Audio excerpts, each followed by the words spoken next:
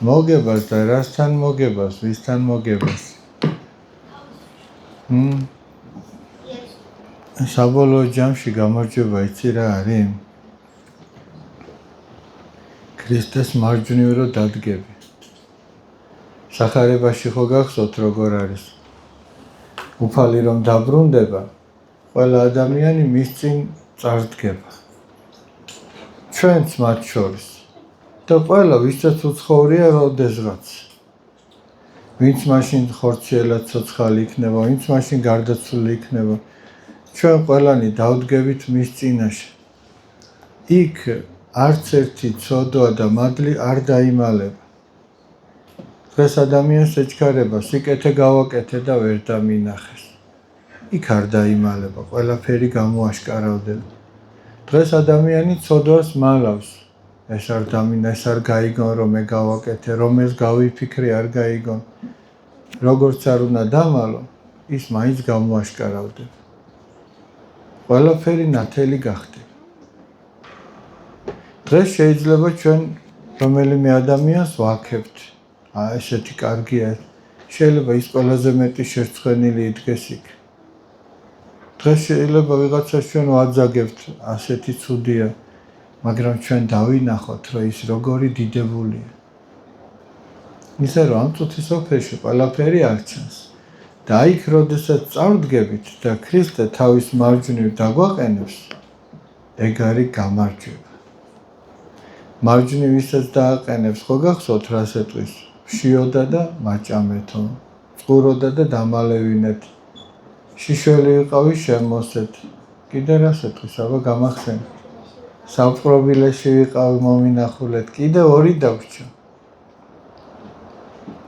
აბა სნეული ვიყავი და მომინახულეთ. კიდე ერთი დავრჩა. უცხო ვიყავი და შემიწყნარეთ, ხო? ხო და ნახე აი ეს 6 რაღაც. და მეორე მხარეს დგომებს, მარცხნივ დგომებს, რომლებიც თხებს შეადარა, განსხვავებით მარჯვენა მხარეს ყოფი ცხრებისაგან. ესენი თხებს შეადარა. მათაც იგივე რამე უთხრა, რომ აი ასეთ მდგომარეობაში ვიყავი, მშიერი, მწყურვალი, უცხოდ, საპყრობილეში, საავადმყოფოში, შიშველი და თქვენ არ მომხედეთ. ანუ აქ ლაპარაკი რაზეა? თითოეულ ადამიანს როგორ გამოვადექით დღეს, აი იქ გამოჩნდება. ხო და იქ ვინცაც უფალი თავის მარჯვნივ დააყენებს, ეგ იქნება ნამდვილი გამარჯვება. იმიტომ რომ იქ ვინც გაიმარჯვებს, ეხლა აი მაგალითისთვის ვიტყვი. აქ რო შეჯიბრება ტარდება ხოლმე და ჩვენ სადღაც 5 დღე მივდივართ, 3 დღე თუ რამდენიც არის. ხომ თავდება ეგ 5 დღე. დავუშვათ 5-ვე დღე რომ წინვალე და სასიხარულო იყოს. ხომ თავდება როდისღაც. თავიდან რომ ჩავდივართ სადღაც გონია რომ რამდენი დღეები გვაქვს წინ. მეხუთე დღეს აღმოაჩენთ ხოლმე რომ რა უცბად გავიდა ეს დღეები. ჩამოვდივართ ისევ ჩვეულებრივი ცხოვრება, განსაცდელებით სავსე. ზოგჯერ თვითონ იქ ბანაკშიც განსაცდელები არის ხოლმე. ანუ ამ წუთის ოფერში მუდმივი არ არის ის სიხარული. მაგრამ აი უფალი თუ მარჯვნივ დაგაყენებს, ეხლა წარმოიდგინეთ რომ არსებობდეს აი ესეთი ბანაკი, სადაც რომ წახვალ, სულ სიხარულია იქ. ყოველი მეორე დღე წინა ჯობია და ის არასოდეს არ თავდება. სულ ეგრე იქნება. და სულ წმინდა ადამიანები იქნებიან იქ, ანგელოზები იქნებიან. და შენ სიხარულს არასოდეს არ ემუქრება შეწყვეტა, რომ აქ სადღაც თავდება, არ თავდება. სულ გიხარი და ეგ არის ნამდვილი გამარჯვება. და მეორე მხრივ კიდევ ვინც მარცხნივ აღმოჩნდება და ჯვარი წერია ყველას, იქაც არასოდეს არ თავდება მწუხარება. და ეხლა ჩვენ დღეს ვართ არჩევანის წინაშე. ჩვენ ვირჩევთ. აი გაჭირებული რომ შეგხვდება. განა შენ არირჩევ დაეხმარო თუ არ დაეხმარო? ხო შენ ირჩევ. ვიღაც რო გაწყენინებს, განა შენ არირჩევ აპატიო თუ არ აპატიო? აი რო იცი რომ მეზობელს რაღაც ჭირდება. და შენ 10 გაქვს ეგეთი. და ერთსაც არ მისცა. განა შენ არ აკეთებ არჩევანს. ოტია იოსელიანი იყო დიდი ქართველი მწერალი.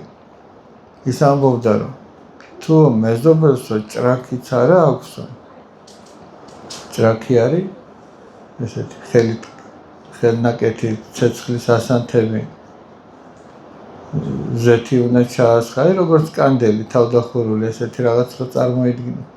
მეზობელს რო ისუნთია სახში, რომ მეტი რო არა აქვს, ანუ დენის ფული რო არა აქვს და შენ რო აქვს ამოდენა ნატურები ააბრიალო, ჭაღი რო აანთო. ხო არ იქნება სწორი. მეზობელს თუ გამხმარი პურიც არა აქვს და შენ თუ მხოლოდ იმ დღის პურს ეძებ და გუშინდელიც უკვე აღარ მოგწონს და იწუნებ, აბა როგორ იქნება? თვის წინაშე რო წარდგებ. ამიტომაც აი გამარჯვება დღეს იწყება. დღეს იქ რო წავდგებით, იქ კი არა. იქ უბრალოდ შედეგები გამოჩნდება. მაგრამ გამარჯვება ყოველდღიურად ხდება. და მართალი თქვით, საკუთარ თავთან ბრძოლით. შენ არ გინდა რომ დაეხმარო, მაგრამ უნდა დაეხმარო. არ გინდა რომ აპატიო, გეზარება რომ ადგე და რაღაც გააკეთო მისთვის, მაგრამ უნდა გააკეთო. თუ გინდა რომ გაიმარჯვო. ეხლა დავუშვათ ვერ გავაკეთეთ. აი დავუშვათ დღეს დამეზარა და ვერ გავაკეთე. რა, უკვე დავიღუპე, გამოსავალი არ არსებობს? რა არის გამოსავალი? რა არის გამოსავალი? აი დავუშვათ შენ მოხვედი ჩემთან დღეს და თხოვე დახმარება, მე დამეზარა და არ წამოგყევი. დადგა უკვე ხვალინდელი დღე, დღევანდელი წავიდა უკვე აქ მე ვეღარაფერს ვეღარ შევცვლი, უკვე აღარ დაგეხმარე, გესმით? უკვე არ დაგეხმარე. რა ვქნა ახლა, რა არის აქ გამოსავალი? გამოსავალი არის სინანული. რომ მე უნდა ვნანობდე იმას, რომ შენ ხელი არ გაგიმართე და ველოდებოდე შემთხვევას, რომ კიდე თუ მომეცა ესეთი შესაძლებლობა, რომ ვიღაცა დახმარება მთხოვა, მერე მაინც გავინძრე და დავეხმარო, გესმით? აი მაგაშია საქმე. დავუშვათ დღეს რაღაცის გამო მრისხანებაში ჩავარდი. შენ გამოსავალი ღვთისმცნებაა, რომ არ უნდა გაარისხდე. მაგრამ გამოსავალი რა არის, ნახე? შენ უნდა ნანობდე იმას და მეორე დღისთვის ელოდებოდე ეგეთ შემთხვევებს, რომ სადაც გუშინ ფეხი წამოჰკარე, შეიძლება დღესაც წამოკრა და იქ აღარ გაბრაზდა. და ესე ნელ-ნელა უნდა სწავლობდე ღვთისმცნების შესრულებას. ეგ ერთ დღეში და ორ დღეში არ ისწავლები. ამიტომაც ხშირად უნდა თქვა აღსარება, ხშირად უნდა ივარჯიშო სულიერად.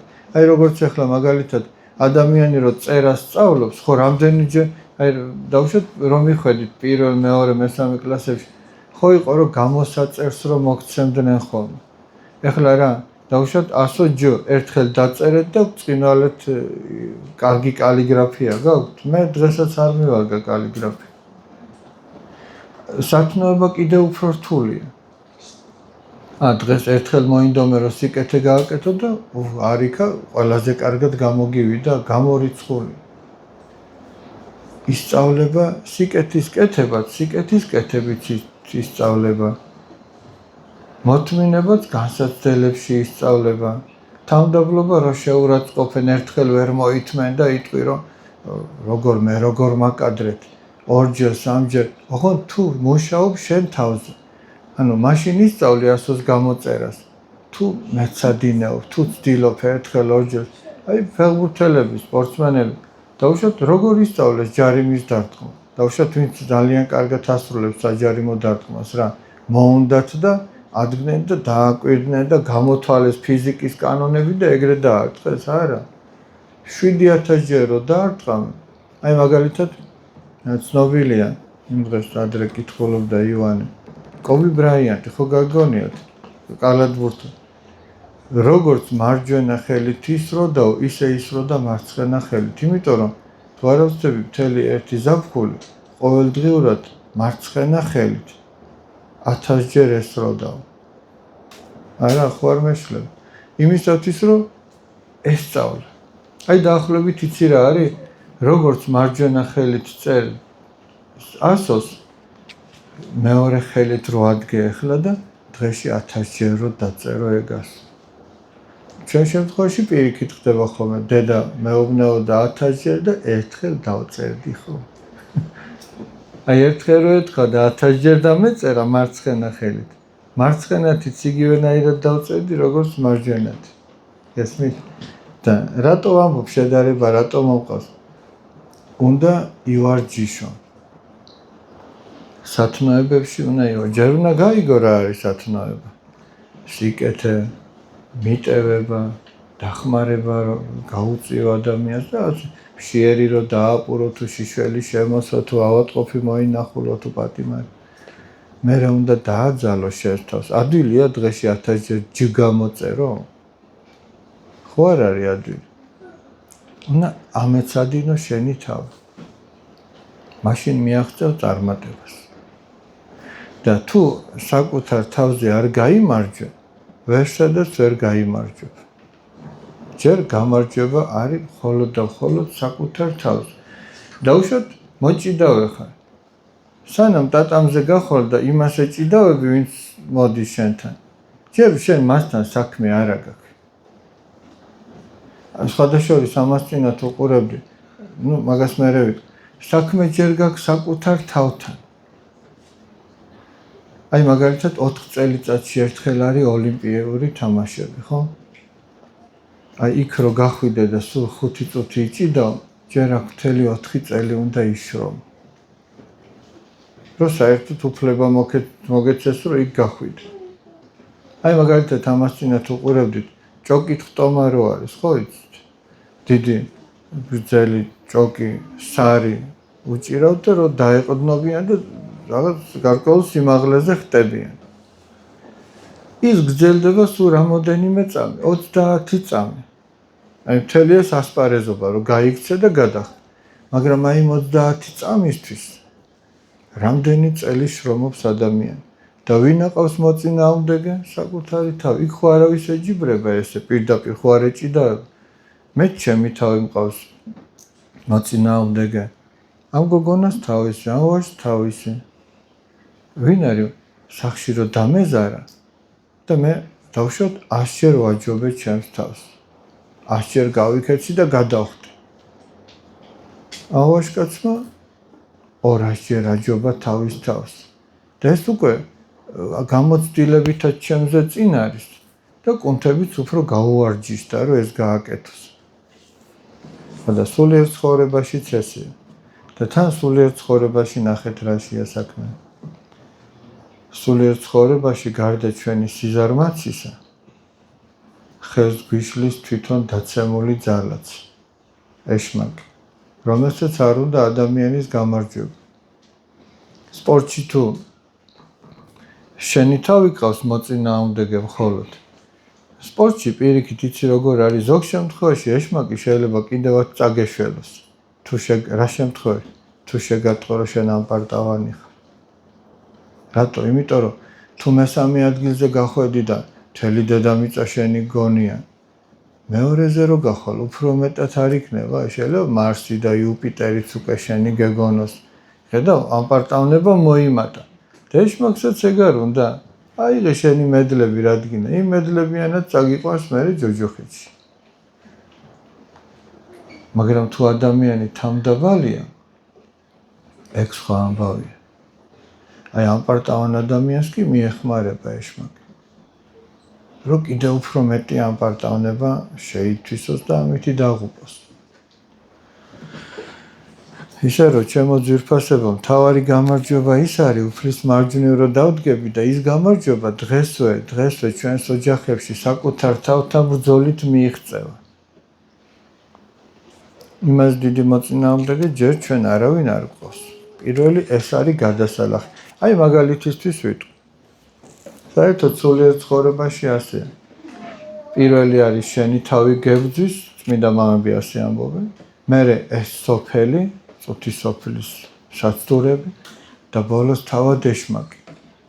ეხლა წარმოიდგინეთ, მოდი უფრო გასაგები რო იყოს. მეოთხედ ფინალი ხო გაგონიათ? ანუ რამდენი გოლდია? 8 გოლდია დარჩენილი. ნახევარფინალში როგორ გახვალ?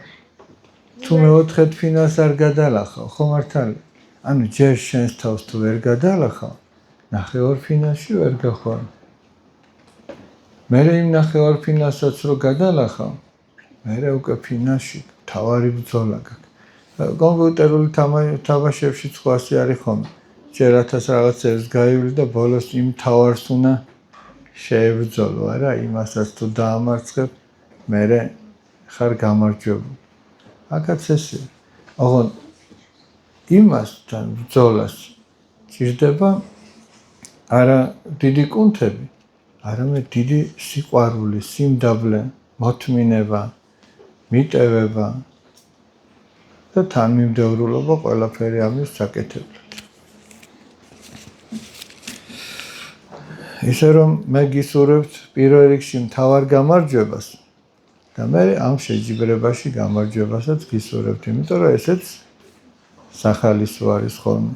რაც შეეხება ერთი შეკითხვა იყო, რომ ფლავის სკოლაში რომ ჩაატარეთ შეჯიბრება, აქ ფლაველი ბავშვებიც არიან გამარჯვებულები, სად უნდა წაიყვანოთ. თუ გახსოვთ, ჩვენ რომ შეჯიბრება ჩავატარეთ, მე ყველა მონაწილე სადღაც ვიყავით წასულები, ხო გახსოვთ? ხო, თაწმინდის პარკში და იქ სინამდვილეში ჩვენ გამარჯვებულები უნდა წაგვეყვანო. მაგრამ იმისათვის რომ გული არ დაგვეწყვიტა სხვებისთვისაც ყველა ერთად აღმოჩნდა იმ სიკეთეში. და გამარჯვებულები გამოირჩა უკვე იმით, რომ თუ გახსოვთ, რომ ჩამოვედით, მე რეგა დავაჯილდოვეთ, მე რეგა გამოვააშკარავით, ვინ იყო გამარჯვებული. იქ რო წავედით, ფაქტიურად ყველა გამარჯვებული იყო, იმიტომ რომ გამარჯვების იმედი ასე თუ ისე ყველას ჰქონდა. რომ ჩამოვედით, მე უკვე ძილის წინ გავთქვით, რომ ვინ იყო გამარჯვებული და ის მედალი იყო თუ რაც იყო, იმითი დავაჯილდოვეთ. ისე რომ როცა ძალიან გვეშინია და ვნერვიულობთ, როგორ გვეხმარება რწმენა. რწმენა ადამიანს ძალიან ეხმარება ბავშვებო. რწმენით ლოცვას ძალიან დიდი ძალა აქვს. მე პირადად ჩემ ცხოვრებაში არაერთხელ მქონია ესეთი შემთხვევა და ალბათ თქვენც მქონიათ, იმიტომ რომ ღმერთი ყველგან არის, ყველასთან არის, ვინც გულისკაცს გაუხსნის, ყველა დაინახავს. მე ადრე მოგიყევით, ესე იგი, რამდენიმე შემთხვევა იყო ესეთი და მოდი ერთი რომელსაც ვყვები ხოლმე საილუსტრაციოდ, ესეც საკმარისი. რომელიც ისედაც ადრეც მომიყოლი. აი წარმოიდგინეთ ახლა ესეთი რაღაც. სასულიერო აკადემიაში ვსწავლობდი. და იმ სასწავლებლიდან სახლამდე რომ მივსულიყავი, ხო რაღაცა ტრანსპორტი მჭირდებოდა, იმას თავისი ფული ჭირდება რაღაც. მე მქონდა 10 ლარი. ჩემი ჯგუფელი მოვიდა და მთხოვა, რომ თუ შეიძლებაო თუ რაღაცა 5 ლარი ჭირდებოდა. მე 10 ლარიანი მქონდა. აი მივეცი ეს 10 ლარიანი და თვითონ მე ხურდა უნდა მოეტანა და ისე იყო რომ არ ვიცი დაავიწყდა თუ რა მოხდა როგორ იყო ბოლო ლექცია. იმ ბოლო ლექციის მერე ჩვენ ყველანი სახლებში უნდა წავიდეთ. მეც მათ შორის და უბრალოდ ფული აღარ მაქვს, რითიც უნდა წავიდე. ხო და ის ჩემს წინ ზის. თან ახლა ახალი გაცნობილები ვართ, არც ისე არ ვიცნობთ ერთმანეთს რაღაცა შინაურულად ესე და ჩემს წინ ზის და მე მის უკან და ეხლა გულში ვამბობდი რომ ჩვენ ხო გწამს რომ ღმერთი ყველგან არის. ღმერთს შეუძლია რომ ჩვენს გვითხრას რაღაცა აზრი რომ მოგდის. ეგ შემთხვევით კი არ მოგდის. ან ღვთისგან არის ან ეშმაკი გაწვდის. და მე მწამდა რომ ესე იგი ჩემს უთქმელათაც ღმერთს შეეძლო რომ იმ ადამიანისთვის რაღაც ეთქვა. ამიტომაც მე ვლოცულობდი რომ ღმერთო შენ ხო იცი მეთქი რომ აი ასე ვარ ასე ვარ. ხო და ამისი თქმა იყო, ანუ მე იმას ვამბობდი, რაც ღმერთმა ისედაც იცოდა, მაგრამ შენ უნდა მიმართო ღმერთს. უფალი ხო ამბობს, ითხოვეთ და მოგეცემა. და მე იცი რა გამეხარდა? აი ამ ეს რო გულში რო ვლოცულობდი. ამის დასრულება იყო და მოტრიალდა და მომცა რომ აიო ვასო, ვასილი მერქვა ერისკაცობაში და მე ბასილი. აიო ეს 5 ლარიო. და მე ეს 5 ლარი კი არ გამეხარდა. ღმერთი რომ ეგრე ახლოს არის ის გამეხარდა. აი ფაქტიურად ღმერთმა რომ გამცა პასუხი იმაზე რაც უშუალოდ იმ დროს ვითხოვ. ესეთი სხვა დროსაც იყო. აქაც იყო გოშია, წმინდა ნიკოლოზის ტაძარში მსახურობდი და იქაც რაღაც ეგეთი შემთხვევა იყო კიდე სხვაგან და ამ ყველაფრით ღმერთი გეუბნება რომ აი მე შენთან ვარ, შენ თავარია რომ მიმართო და გწამდეს რომ მას შეუძლია ეს გააკეთოს. ასეთი რა იყო ერთი ესეთი შემთხვევაც რომ ერთ ადამიანს რაღაცას ვეუბნები, არაერთხელ უთხარი რომ ის არ გაეკეთებინა. მაგრამ მაინც აკეთებ. და მე აღარ უთხარი და მისთვის ლოცულობდი და მე აღარ გააკეთე. ხდება ეგეთი რაღაცები. ამიტომ აი რაღაცა გამოუვალი მდგომარეობა რომ გაქვს არა? სასოწარკვეთილებაში, ანუ უიმედობაში კი არ უნდა ჩავარდე. არამედ უნდა იცოდე რომ ღმერთი ყველგან არის. მე მინახია ისეთი ადამიანები რომ აი თუნდაც პატარაობაშიც სკოლის პერიოდში რომ აი ძალიან ნერვიულობდი ხოლმე რომ ნეტა რა ეშველება მეთქი ამ ადამიანს. აი რაღაც კონკრეტული ერთი ადამიანი მამა გარდაეცვალა და რაღაცა ოჯახშიც უჭირდათ ასეთ მდგომარეობაში იყო და რაღაც ძალიან ნერვიულობდი ხოლმე რა. და აი ესეთი ადამიანები რომლებსაც ესე უჭირდათ მე არაერთი ვნახე რომ ღმერთი შეეწია და სხვებზე უკეთესათაც კი იყვნენ. აი ადამიანურად რომ გამოსავალი თითქოს არ ჩანს იქ. გამოსავალი არ ჩანს ერთი შეხედვით, მაგრამ თუ რწმენით შეხედავ, იქ ნახავ რომ აი ღმერთმა როგორ მოკიდა ხელი და როგორ კარგად არის. მე იმის თქმა მინდა რომ ჩვენ როდესაც გვიჭირს, არასოდეს ესე იგი უიმედობაში არ ჩავარდეთ. ამ დროს ნახე ჩასაფრებული აი ის ვინც თქვით ადამიანის ცხონების წერი. უამრავ ღვთისმსაგმო ბაზრს მოგიტანს. რომ თუ ღმერთი არის, რატო არ გეხმარება, აბა სად არის ღმერთი, შენ რატო მოგივიდა ეს? ზოგჯერ ჩვენ განსაცდელი მოგდის და ვუხართ, ჩვენ რატო მოგივიდა და ვინა ვართ რომ არ მოგვივიდეს. ჩვენ ვამბობთ, აი ხო ეკლესიურად ცხოვრობთ, ხო ლოცულობთ და რა, ჩვენზე ნაკლებად ცხოვრობ და ყოვლადწმინდა ღვთისმშობელი? რომ თავისი შვილი ჯვარზე გაკრული იხილა? ესმით, ანუ ის რომ მე ერთხელ პირჯვარი გადავიწერე და მარხვა შევინახე და ლოცვა თქვი, არ ნიშნავს რომ განსაცდელებს ნიჩურდი აქვთ, რომ ამასთან არ შეიძლება მისვლა, ეს თავისუფალია, არა? განსაცდელების გარეშე არც ერთი ადამიანი არ არის.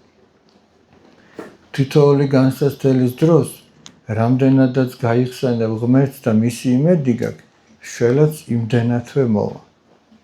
თუ არა და დააკვირდით და ნახავთ რომ ეგრე იქნება. ეხლა პატერიკები და ჩვენ არაერთხელ მოგვიყოლია ეს ამბები. ამ ბოლოსაც მოვყევით შვილი რო ყავდავთ ხო გახსოვთ? და კიდე ეგეთი არაერთი. რამდენი დღის შემდეგ აღდგა იესო ქრისტე. იესო ქრისტე მესამე დღეს აღდგა. პარასკევი არის ჯვარცმის დღე, შაბათი და მესამე დღე არის კვირა და კვირას არის აღდგომის დღე. რამდენ ხანში ერთხელ უნდა თქვა აღსარება. აღსარებას რაც უფრო ხშირად იტყვი, მით უკეთესი. ეგ არ ნიშნავს ახლა რომ ყოველ დღე თქვა, ახლა საერო ტაძრებში ამისი შესაძლებლობა ჩვენ არ გვაქვს. მაგრამ აი ნახეთ სიტყვაზე ვამბობ. ხელები რამდენ ხანში ერთხელ უნდა დაიბანო, ხო არ არის რაღაცა წესი. აი დღეში სიტყვაზე ვამბობ, დაგითვლიათ რამდენჯერ იბან, არ დაგითვლია. თუ არა გაქვს დასაბანი, უფრო იშვიათად ჭამის წინ დაიბან სიტყვაზე ხო მართალია? ტელევიზორის ყურების წინ ხელებს არავინ არ იბანს. ხო? თუ ტალახში ჩავარდი, მაშინვე უნდა დაიბანო. დავუშვათ 2 საათზე უნდა ჭამო საჭმელი, მაგრამ პირველ საათში ჩავარდი ტალახში, რა 2 საათამდე არ დაიბან? იქ მაშინვე უნდა დაიბანო. აქაც ესეა. რაღაცა მნიშვნელოვანი ისეთი ცოტა მძიმე ცოდვაში ჩავარდი, არ უნდა დაელოდო რომ კვირის ბოლოს მოძღვარი როდესაც აღსარებას იბარებს, მაშინ მიხვიდე. უნდა ეცადე რომ მაშინვე მოძებ. მაგრამ თუ ისეთი ცოდვა არის, რასაც აი ყოველდღიურად რო ვერ აცდები და ისედაც ჩაიდენ, მაშინ როდესაც არის დაწესებული, ჩვენ შემთხვევაში 2 შაბათს ეხლა რომ საკვირაო სკოლა მორჩება, აღსარებას ზემოდიხართ ხოლმე თქვენ, არა? 4 შაბათს უფროსები მოდიან აღსარებაზე. აი ეს მოვლენ და იტყვიან, მაგრამ თუ რაღაც მნიშვნელოვანი ხდება, არ უნდა გადადო იმ დღისთვის, როცა ეს არის ჩვენთან დაწესებული. არამედ მაშინ უნდა მოძებნო მოძღვარი და უნდა უთხრა შენი გასაჭირი. როგორ მოიქცეთ, როდესაც ადამიანისთვის პატიება გვიწევს, თუმცა სურვილი არ გვაქვსო. როგორ და ჩვენი თავი მის ადგილზე დავაყენოთ და ეგრე. როგორ ჩვენ გვინდა რომ სხვამ გვაპატიოს, ჩვენც უნდა ვაპატიოთ. და უნდა იფიქრო, რომ იქნებ სხვანაირად ვერ შეძლო. აი თუ გქონიათ შემთხვევა, რომ სხვანაირად უბრალოდ არ შეგიძლია გააკეთო და ადამიანებს გონიათ, რომ შენ ამ დროს ძალით აფუჭებ რაღაცას. გქონიათ შემთხვევა? მე მქონია მაგალითად, აი რაღაცა უბრალოდ ხა არ მინდა რაღაცა და ისაუქნე დავაკონკრეტო, მაგრამ რაღაცას აი უბრალოდ სხვანაირად ვცდილობ, რომ არ გააკეთო, მაგრამ მაინც ეგრე გამოდის. ადამიანები კიდე შეიძლება გაბრაზებულები არიან, რატო აკეთებს ეგრე. რა ვქნათ, ჩვენ ყველას გვაქვს ჩვენი რაღაცები სისუსტეები და ვებრძვით საკუთარ თავს ხომართან. ზოგჯერ ისეთი რამე შეიძლება მოხდეს, რომ ის საერთოდაც არ აშავებდეს. მაგრამ შენ მაინც გაბრაზებული იყო იმაზე, რომ გონია რომ აშავებს. ერთხელ იყო, აი მაგალითისთვის რომ მოვიყვანოთ. არ ვიცი რომელი წელი იყო, რაჭაში ვიყავით მოსალოცად წასულები. ბევრნი ვიყავით, 90-ნი ვიყავით, ორი დიდი ავტობუსით და ძალიან ცუდად გავხდი, რაღაცა მომწამლა. და იქ ბენზინგასამართ სადგურზე რომ ისინი არის. ხო არის აპირფარიშოები რაღაც. და ძალიან ცუდად ვიყავი, რომ შევედი, აი არ ვიცი მე როგორც შევატყე მაშინ ცხვრის ხორცი იყო მიზეზი და იმის მერე 10 თუ 12 წელი გავიდა და აღარ ვეკარებ. ზოგს ვერ იმაში. ხო და ეხა იქ საპირფარიშოში ბუნებრივია შევხო რომ ცოტა მოსულიერდე რაღაცა და მაგრამ იქ ახლა გარეთ ვინც დგას იმას ხო არ აინტერესებს ისთვის შეხვედით. ხო და ამიტომ ჯავრობს რომ რა ხდება ამდენი ხანი. მე კიდე ჩემი თავი გამჭირებოდა. ზოგჯერ შეიძლება სულაც არ აშავებდა, მაგრამ ბუნებრივად გამოდიოდეს ეგეთი რაღაც. ხდება. ღმერთის დაფიცება ცოდვაო? ღმერთის დაფიცება ცოდვაა და საერთოდაც დაფიცება შეიძლება ითქვას, რომ ცოდვაა, იმიტომ რომ ნახე უფალი ამბობს. თქვენი სიტყვა რაო? აი შენ გენაცვალე, ან უნდა თქვა კი, ან უნდა თქვა არა. სახარებაში ეგრე წერია. თქვენი ჰე, ანუ ჰო, ანუ დიახ, ანუ კი იყოს დიახ, არა იყოს არა. ანუ შენ ისე უნდა იცხოვრო, შენ რო იტყვი რომ დიახ ასეაო, როგორც იტყვენ იმას წყალი აღარ უნდა გავუვიდ. არავის ეჭვი აღარ უნდა ეპარებოდეს იმაში. შენ ისე უნდა იცხოვრო, რომ შენი დიახ იყოს დიახ, არა იყოს არა. აღარ უნდა მაგას დაფიცება და ნამდვილად ასეა და მტკიცება აღარ უნდა. მაგრამ თუ იმის არ იყოს ფიცი მწამს და ბოლო მაკვირვებსო, მაშინ შენ სიტყვას ვინ დაიჯერებს? როდესაც ამბობ კიო და საქმეც ხარ მესაკეთებ, არ დაგიჯერებენ. მარტო ლოცვისას მამაო ჩვენოს თქმა შეიძლება, რა თქმა უნდა მამაო ჩვენოს თქმა ყოველთვის შეიძლება. თუმცა ცოტა რომ მოიზრდება ადამიანი, მამაო ჩვენოსთან ერთად სხვა ლოცვაც უნდა თქვას. ეხა პატარა როდესაც არის ადამიანი, არა? მხოლოდ რძეს აჭმევენ, ხო მართალი. მაგრამ ეხლა აბა წარმოიდგინეთ, კაცს სახინკლეში უნდა წასვლა. და რო უთხრან რომ შენ მარტო რძე უნდა ჭამო. თანახმა იქნება? იქ შეიძლება ტანსაცმლი და ნამოხდეს. ანუ რაზეა ლაპარაკი? პატარა როცა მარტო მამაო ჩვენოც შეიძლება. აი პატარა გოგო ბიჭები რო არის. მაგრამ ახლა 30 წლის კაცი მარტო მამაო ჩვენოს რო ამბობს, ეგ იმას ნიშნავს, რაც წეღავ თქვი.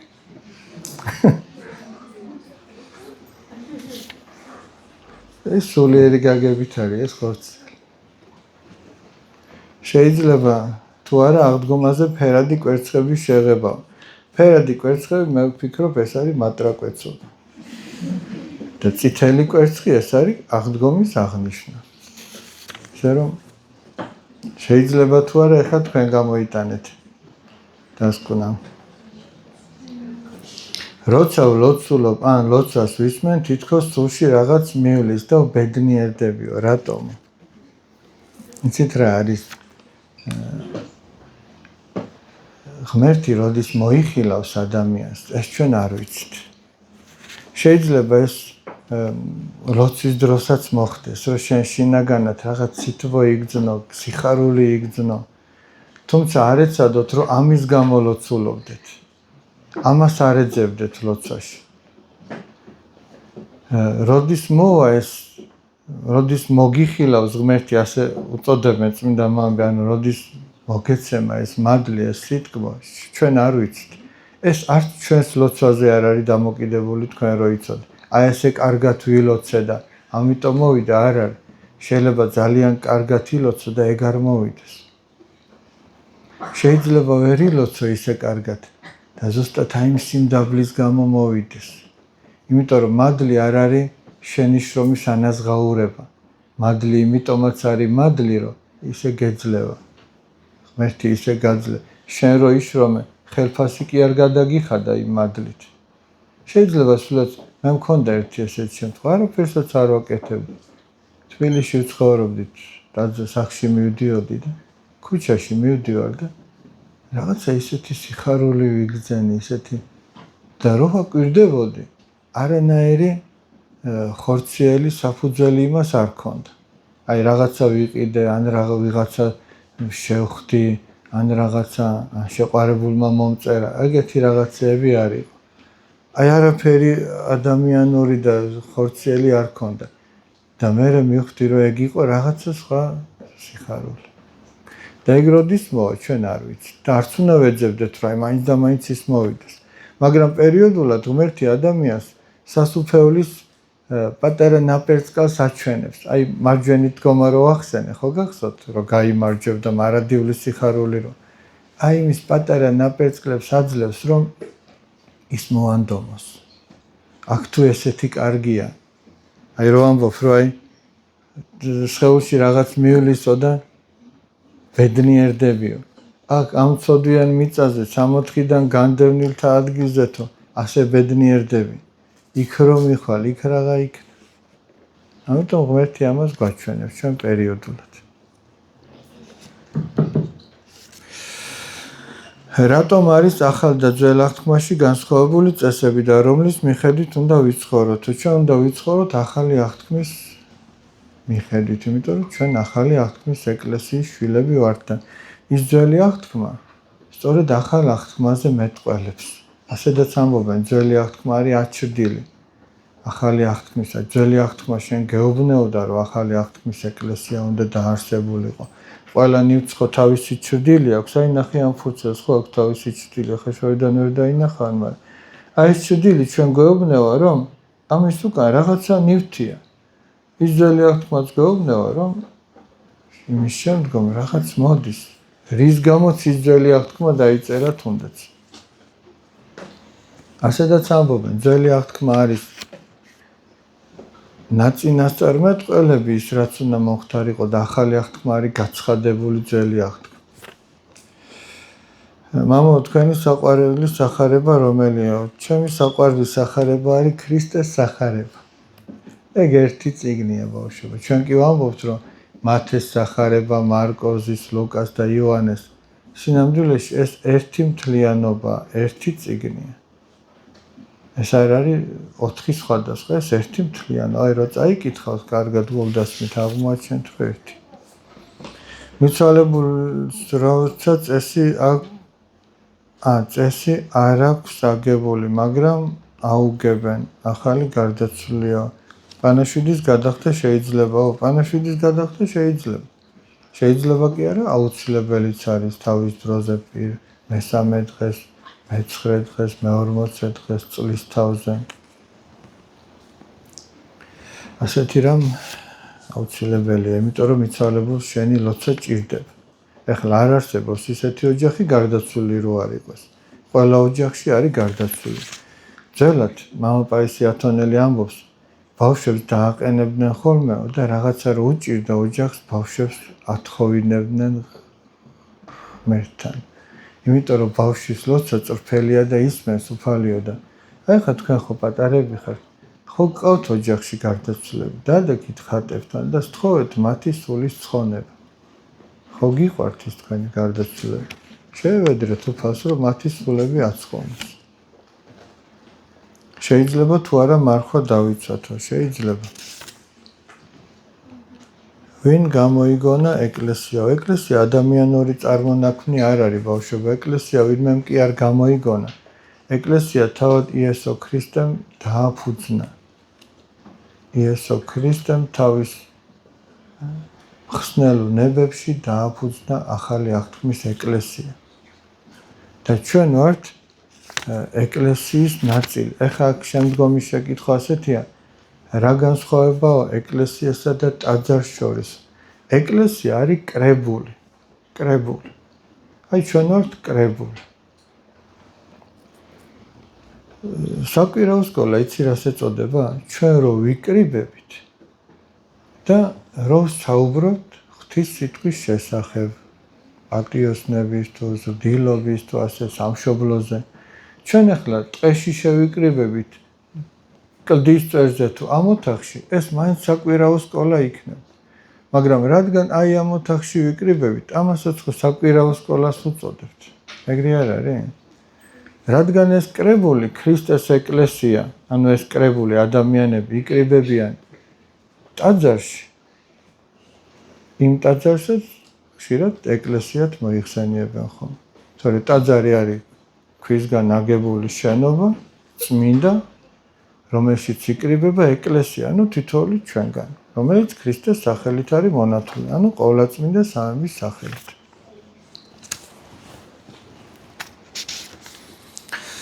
ნუსხური იქნება ფერისცვალების შეჯიბრებაო? ნუსხური არ იქნება, იმიტომ რომ წინასწარ არ გამიფრთხილები ხარ და სიურპრიზებს ვერ მოგიწყობთ. ვიღაცამ შეიძლება არ იცოდეს და რაღაცა, მაგრამ აი საშობაო და აღდგომისა უფრო ის არის ხომ, იმიტომ ის უფრო მასშტაბურია ხომ. რატოა უფრო მასშტაბური? იმიტომ რომ შემოდგომა ზამთრის პერიოდშიც და გაზაფხულზეც ბავშვები უფრო მეტია. ეხლა აქ არ ვიცი რამდენი ხართ, რამდენია 80 ბავშვი. არ ვიცი, შეიძლება უფრო. მაგრამ იქ ზოგჯერ 140, 150-ია ხოლმე და ეხლა წამოსულები არიან და აი სადაც უფრო მასშტაბურია ხოლმე შეჯიბრება, იქ უფრო ვცდილობთ ხოლმე რომ ძველი ქართული ეს მორწმუნე ადამიანმაღა იცის ნუსხა ხუცური და ჩვენც არ ვისწავლოთ, ჩვენც დავივიწყოთ, ეს უნიკალური რამეა ნუსხა ხუცური დამწერლობა. ისევ როგორც ასომთავრული, ისევ როგორც მხედრული, ქართულია და ქართველმა ქართული უნდა იცოდეს. თუ ქართველმა დაივიწყა ქართული, სხვა სულ არ ისწავლის და საერთოდაც გაქრება. იმისათვის რომ არ გაქრეს და რომ არ გამქრა რამდენი საუკუნეები, ეგ ვისი დამსახურებაა, იცით? თქვენს წინ, თქვენნაირმა ბავშვებმა ისწავლეს რუის ურბნისის საეკლესიო კრება, გაგონიათ? დავით აღმაშენებლის მიერ მოწვეული. იქ იყო ასეთი რამ ნათქვამი. 25 წლისა შეიძლებოდა ყოფილიყო დიაკონი, 30-ისა მღვდელი, 35-ისა ეპისკოპოსი. და თქვენ როგორ ფიქრობთ, მე დავითნე რამდენი წლისა უნდა ყოფილიყო? მე დავითნე შეიძლებოდა 8 წლიდან ყოფილიყო. ეგ იმას ნიშნავს, რომ 8 წლის ბავშვმა არა მარტო ის ასოები იცოდა, რასაც ჩვენ ვკითხულობთ, არამედ ნუსხა ხუცური და ასომთავრული იცოდა და არა მარტო არჩევდა ეს არის თუ გ არის თუ, არამედ სხვა პასუხით კითხულობდა. ეს მონდომების საკითხი. ანუ შესაძლებელია, მე ამას ვამბობ, რომ ეს ესე იყოს. სეფისკვერი მაქვს დიდი ხანია გამიმაგდა და ვერ ჭამ რა გავაკეთო. მოიტანეთ და ჩვენ მიხედავთ, მაგრამ სხვა დროს რომ წაიღებთ, ეცადეთ რომ მოუფრთხილდეთ ამ სიწმინდეს. რომ იქ ან ნამცეცი არ გადაგივარდეთ, ან არ დაგიობდეთ, ან არ გაგიმაგდეთ. მესი თუ რონალდო?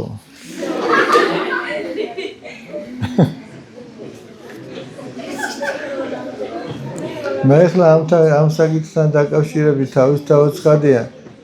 ჩემი აზრი მაქვს, მაგრამ მე ახლა ჩემ აზრებს თქვენ არ მოგახსოვთ თავს, მაგრამ იმას ვიტყვი, რომ თვითონ შეკითხვა, რომ ასეა დასმული მესი თუ რონალდო, ეგ იმას ნიშნავს, რომ ორივე კარგია. ორივემ ძალიან ბევრი იშრომა. გესმით? აი, მაგრამ თუ საკითხი ასე დაისმება, მესი, რონალდო თუ თომა, ეგ ნიშნავს, რომ თომამაც ძალიან ბევრი იშრომა. გესმით? ამიტომ აი, ოღონდ ეს ისე კი არ მოვიდა ჰაერზე. თქვენ რომ ნახოთ მათი ცხოვრების წესი, მათი ვარჯიში, რამდენი რამისაგან იკავებენ თავს. რამდენი დრო მიდის ვარჯიში. ერთ-ერთ ფეხბურთელს ეკითხებიან, რომ ერთ-ერთ ფეხბურთელზე, რომ ესო ვარჯიშებზეო ყველაზე პირველი მოდიოდაო? არ ვიციო, მე ყველაზე ბოლო მოვდიოდიო. აი თუ ყველაზე ბოლო მიდიხარ და ყველაზე ადრე ტოვებ იქაურობას, არ გამოვა შენგან. მაშინ ჯობია დაანებო თავი. ვაჟა-ფშაველა, კაი ყმა ხო გაგონიათ? იქ წერია კარგ ყმაზე, რომ ბრძოლაში ყველაზე ადრე შედიოდაო და ყველაზე უკან ბოლოს ტოვებდა ბრძოლას. აი დაუჯერეთ ვაჟა-ფშაველას და კარგი ფეხბურთელები გამოხოთ. ხო კარგი დასკვნა გამოვიდა. როდესაც მნიშვნელოვანი გადაწყვეტილება მაქვს მისაღები, როგორ მოვიქცე, რომ გადაწყვეტილება უფლის ნებას დაემთხესო. ჩვენ გვყავს მშობელი, გვყავს მოძღვარი, გვაქვს სახარება, გვყავს მეგობარი, რომელსაც ცოტა ჭკუა მოეკითხება. გესმით? და გვაქვს სინდისი. აი ეს ყველაფერი, რომ შეაჯამო და სწორად გამოიყენო და თავისთავად ცხადია გვყავს ღმერთი. ჯერ უნდა ილოცო, ახლა ნახეთ როგორია, ჯერ უნდა ილოცო ღმერთო, შენ გამომიჩინე, როგორ მოვიქცე, როგორ გადავწყვიტო. და მიხვიდე მშობელთან, მოძღვართან, მეგობართან, სადაც ხელგეწიფება რომ მიხვიდე. შეცდომა რა არის ამ შემთხვევაში? უკვე გადაწყვეტილი გაქვს რაღაცა? აი, ფიქრობ. ეხლა ქარელშიც რაღაც საქმეა და ხაშურშიც. მე რომელშიც წავიდე ფიქრობ. და შენ მაინც გული რომელიღაცასკენ მიგიწევს. და ასე მიდიხარ და ვკითხო. და ცდილობ რომ თან დაითანხმო. შენ როგორც გინდა თან ეგრე გითხრა. ჯობია არ მიხვიდე.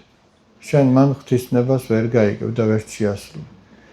შენ უნდა წაშალო ეგ შენი არჩევანი, თუ გინდა რომ ღვთისნება გაიგო და მიხვიდე და იკითხო. და რასაც გეტყვია, მიიღო მაშინ ის. So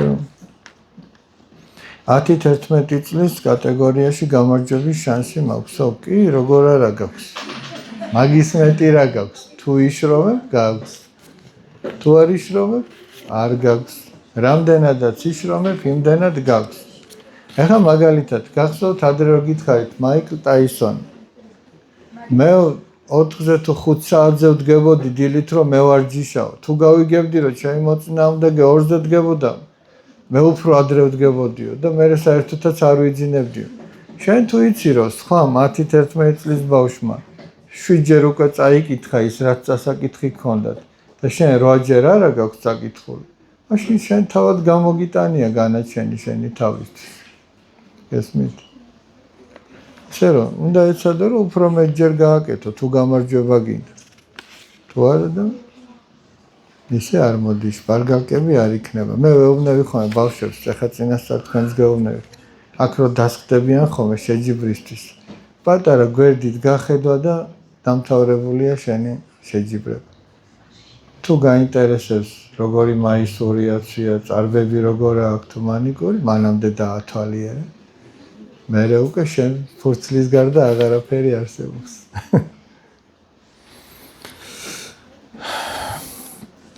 შეიძლება თუ არა გვიან მოვინათლოთო.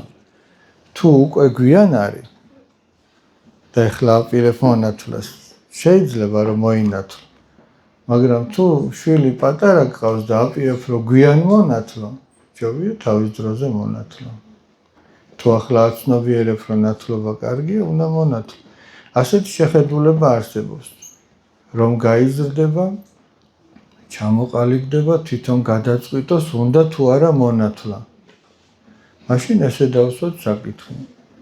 არ ვაჭამოთ საჭმელი, იქნებ არ უყვარს ის რასაც ვაჭმევთ, რომ გაიზრდება, 18 წლისა რო გახდება რა, ჭკუა რომ მოეკით. მერე გადაწყვიტოს, უნდა და ის რძე მეჭმია თუ არა 40 დღისას თუ რაღაც. ამიტომ ჯობია პატარაობიდანვე მონათლო და ასწავლო სულიერი ცხოვრება, მაგალითით და მონდომებით. ზრუნვით რომ ხშირად აზიარო და ყველა ასაკობრივ ეტაპზე თავისებური განვითარება უნდა. ახლა ხო არის ხოლმე წიგნები გამოდის, რომ სიტყვაზე 6 თვის ბავშვი რას უნდა აკეთებდეს, 1 წლისა რას უნდა, სულიერ ცხოვრებაში წესია. 1 წლისა თუ 2-სა თუ 10-ისა, უკვე რაღაცა უნდა ნენელა სულიერათაც ვითარდებოდეს და იმას უნდა აკეთებდეს. დაგღალეთ ხომ? ძალიან კარგი. მაგრამ ახლა ისე მაინც არიღლებით, სკოლა რო არ არის, აი სკოლის მერე უფრო დაღლილები ჩანხართ ხომ? კარგი, თქო. ნენელა ხო არ დავამთავროთ. თუ კიდე რამე ვთქვათ. კიდე რა მინდოდა მეთქვა. თავიდან რითიც არ დავიწყე. აი ჩვენ რვაქ შემოვდივართ და ტელეფონები, აქაც ტელეფონები შემოგვაქვს, სანამ დაიწყება საუბარი. ეგ არის ბავშვობა ძალიან დიდი საცდური. საცდურია. ეგ არის საცდური, რომ თქვენი გონება გამოირეცხოს. გამორეცხოს რაღაც. აი როს ქროლავს, ის თქვენ გონებას, ის დინარესავით მოდის და რეცხავს თქვენ გონებას, თქვენ საუკეთესო ფიქრებს, წარმოდგენებს, თქვენ სიღრმისეულ აზროვნებას საერთოდ ანადგურებს, ანალიტიკურ აზროვნებას, ანალიზის გაკეთების, ანუ ზედაპირზე რაც არის, მხოლოდ ის გაგვრჩება და ადამიანი იფიტება. და როდესაც უკვე გააცნობიერებს წლების შემდეგ, რომ გამოიფიტა და იმან არაფერი არ არგო, მერე გვიანი არ იყოს. ამიტომ ეხლავე ვეცადოთ, რომ ჩვენი თავები ვაკონტროლოთ და შევწყვიტოთ. მარტო თქვენ კი არა პატარებს. ჩვენც გვიწევს დიდებსაც, რომ ჩვენი თავი ვაკონტროლოთ. საცდური ჩვენთვისაც არის. მაგრამ დიდისთვის უფრო ნაკლებად რატოა ეხლა იცით? დიდის თვალს იმდენად აღარ იტაცებს ის რაღაცა ისინი როგორც ჩვენმა ძირფასმა მეგობარმა იცოდა ფიმფამფოები აღარ იტაცებს დიდის თვალს იმდენად აი ბავშვის თვალს ყველაფერი ხარბად უნდა და კიდევ ერთი რამ და მოდი ამითი დავასრულოთ აი ამ უზნეობის მორევში რაც ჩვენ გარშემო ყველა მხრიდან გვაქვს ერთ-ერთი მოწინავე ჯარისკაცი ეშმაკმა სწორედ ეგ გამოგზავნა, ეგ სოციალური ქსელები. ეხლა მე იმას არ ვამბობ, რომ სოციალური ქსელი ეშმაკისაა და ინტერნეტი ეშმაკისაა, მაგრამ ჩვენს თავს დავუსვეთ შეკითხვა. დროის რა პროცენტს ვიყენებთ სასარგებლოდ და რა პროცენტს სხვა დანარჩენისთვის. თუ ჩვენ თვითონვე მივხვდებით. თორე თუ სწორად გამოიყენე, ეს ძალიან კარგია, რასაც სწორად გამოიყენე. ეხლა ზოგჯერ მე კითხვას ვამენ ხოლმე, რომ აი ეგ რო არ ყოფილიყო, თქვენ როგორ მოგისმენდითო? და ეხლა რა ჩვენ სულ რომელიღაცა სასულიერო პირის მოსასმენად ვთავთ? ძალიან იშვიათად. უფრო მეტსაც გეტყვით.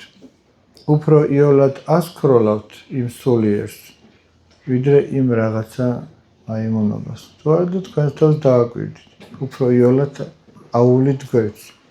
იმიტომ რომ ჩათვლით, რომ ეს ხო ისედაც იცით.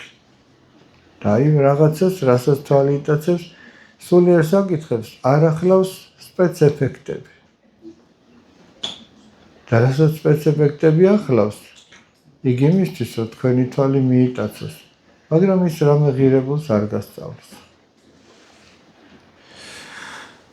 მადლობა უთხრათ ღმერთს.